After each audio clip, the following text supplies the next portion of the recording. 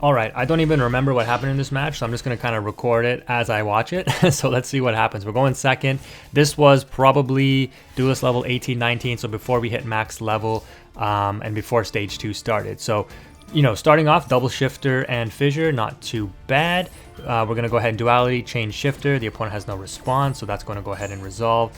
And we grab, or we reveal Empin, evenly matched, and I don't even remember what the last card was. D-Fissure, which we already have. Okay, so we evenly, the opponent opts to keep the face down card in the Heartbeat, but the Heartbeat will also get banished because we're under D-Fissure. So they banish one of their shufflers and they banish another face down card. They keep Heartbeat. This is probably like a Sulik or an Imperm, I'm guessing.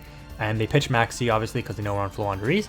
And there's not much we can do. There's no point activating D-Fissure because we're under shifter still, so I can save the D-Fissure for my turn. The opponent draws, passes. Even if they have tier limit cards, they probably don't want to play them because they're under shifter. So we continue to brick, so we're just going to go ahead and normal summon STRI. And this is the reason I'm posting this match, because it's kind of cool. Because we open double shifter, why not just banish the shifter in graveyard so that the second one is live, right?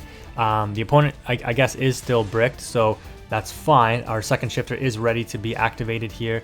We're going to go battle phase, beat over it again. We're still not activating fissure because we want to make sure that the shifter is live, right? Because shifter says you can send this card from your hand to the graveyard. If we're under fissure, the shifter is no longer online, right? So keep that in mind. The opponent is going to Keldo into Kelbeck, grabbing a Yugioh, or discarding Kelbeck. And off the Kelbeck trigger, we're going to activate the dimensional shifter, which is going to turn a very bad mill 5 for us into something that's likely going to be a very good mill 5 for us. So the opponent ends up milling 2 Sharons, so both their Sharons are out of rotation. That's really good, and then the other cards are kind of meaningless.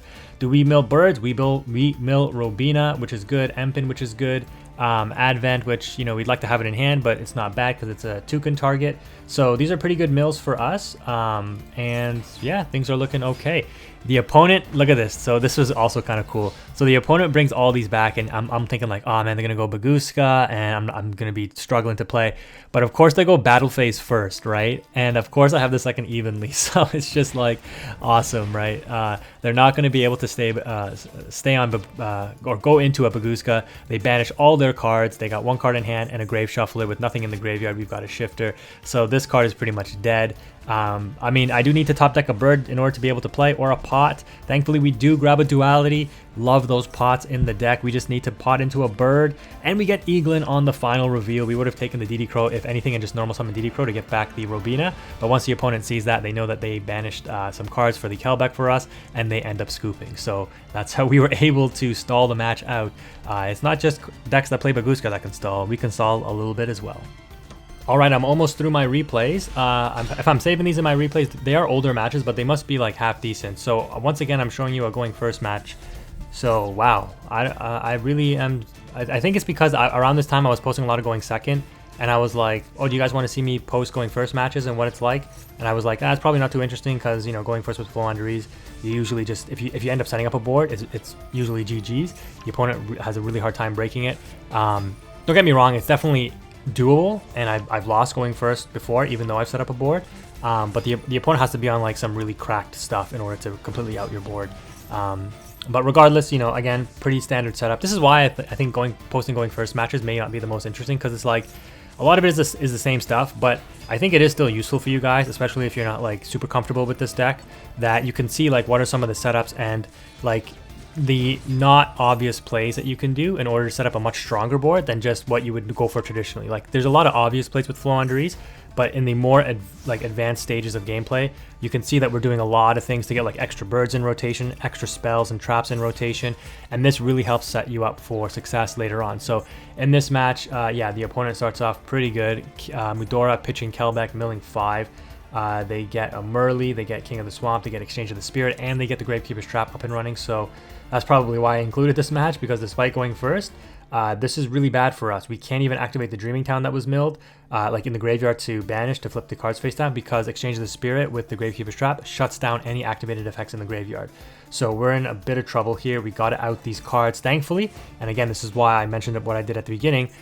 setting up those extra power spells in rotation can be so critical, because with this Unexplored Winds, we're going to be able to get this Gravekeeper's Trap off the field, which will allow us to use our graveyard. Not that we really normally would need to use our graveyard, but in this instance, we do want to. Off the Kit Kalos, they do search a Sharon, which indicates to me again that they probably already have Merly in hand, despite milling one. So Gravekeeper's Trap activates, pitching Mudora, so they now have a Grave Shuffler in rotation, grabbing, I think it was an Yugioh there. And we're going to go ahead and grab the 1 interruption in the DD Crow to prevent another fusion potentially.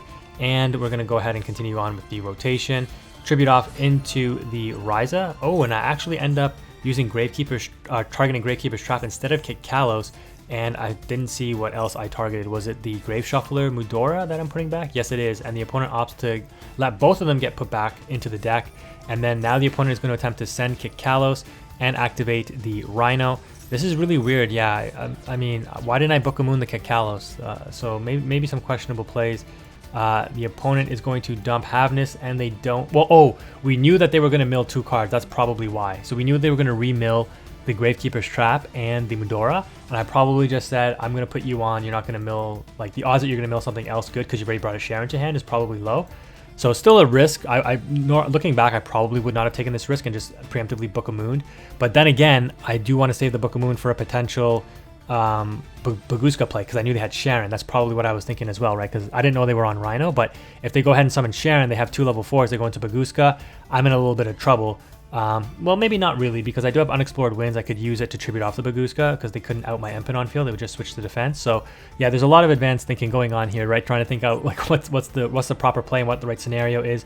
Like, there is no right answer. You're just doing your best to try to read the game state. And so yeah, it's really complicated. So we're likely going to attempt to DD Crow this Havness. Yep. And the opponent might chain a Shuffler to get it back into the deck so that they don't lose it. Sure enough, they do. Do they put bad draws back into our deck? No. Ooh, they have Exchange of the Spirit, so they're able to put back 5 cards. They put back some Millers, which is good. Oh, they only put back 4, and they don't put back anything from us. So, okay, that's interesting.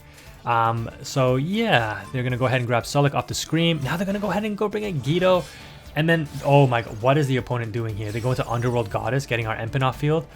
I think going into Baguska might have been a better play, though. And then, well, I guess you can't really do any links, right? Or you can go Dark Link. I don't know. Yeah, maybe Underworld Goddess was the better play if they don't want to go Baguska. Yeah, that's odd. So we know they have Sharon and Sulik in hand, right? So now they're going to use Sharon effect, pitch. Oh my gosh, this is so bad.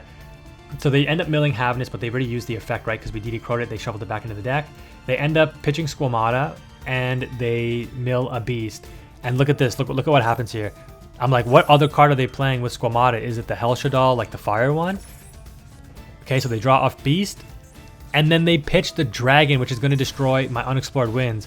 And this actually helped me. So like I said, Unexplored Winds is like the power spell for Floowandereeze, but they definitely should have hit map.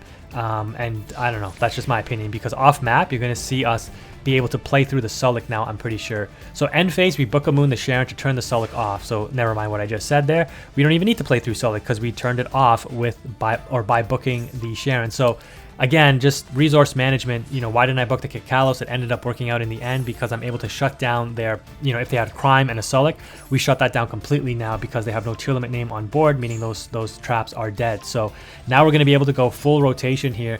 And I think what I do is probably just extend as far as going to Toucan to grab back. Okay, no, I don't do that. Yeah, the opponent activates Sulik, nothing they can do. So we just go ahead and we search. So again, this is another reason why playing 2 of these spells are so good. I'm able to set up or search for the second Unexplored Winds, despite, you know, because the first one ended up being outed to the graveyard. So that's really strong. We're going to now go ahead and normal summon for turn, put back first, I guess. Draw 2, D-Fissure off the top, super strong. Summon the Toucan as our last bird in rotation, grab the trap back, and then go into Ryza, spin back the Sulik, because I'm putting them on, you don't have anything here. And we're going to spin everything back. Battle phase, just beat into the Sharon, which gets banished because D-Fissure is now live. Set trap card. We know they're drawing Sulik, which is dead. And we're golden at this point. So the opponent attempts to go end phase, and we're going to go with yet another rotation. We have the Unexplored Winds up once again, which means the opponent's cards are going to be attributed over. So we go ahead and we grab Apex here. But first we are going to... okay, that's weird. All right. I mean, why didn't I get a second Empen? I guess it's fine. We got Apex on board. We know this is Sulik most likely. This card is pretty dead. So, I mean, you know, either way, we're in good shape. So, putting back some more cards so that we can continue to use our birds here. Yeah, this is like game. Oh, because our second Empen was in the graveyard. So did they mill it? They probably milled it, eh? So yeah, now we're going to go ahead, STRI, banish it. 2 can target it back. And we're going to put game on board. The opponent is just kind of showing me that they bricked on double Sulic. But I mean, hey, that's how it goes sometimes. Yeah, they weren't even bothering using their shuffler when we summoned STRI because they knew the game was over. So I'm not BMing at this point. I think I still needed like the challenges for the World Championship qualifier, like activating spells and traps. So I'm just quickly going through those. Then we're going to go battle phase and attack for game. So playing through the Ishizu tier deck with no D-Fissure until we got D-Fissure on board. That's how we handled it. And that is the power of making sure you go for the advanced Floowandereeze plays, because without setting up those power spells in the beginning, just going for like a basic rotation, we would have lost that game for sure. So the unexplored wins, getting that extra rotation with the Empen was super useful. So hopefully this video was helpful. I don't know how many videos I'm going to post in this match, or how many matches I'm going to post in this video, sorry. But if this is not the last one, let's go on to the next one. If it is the last one, thank you for watching, and I hope you stay tuned and subscribe for more.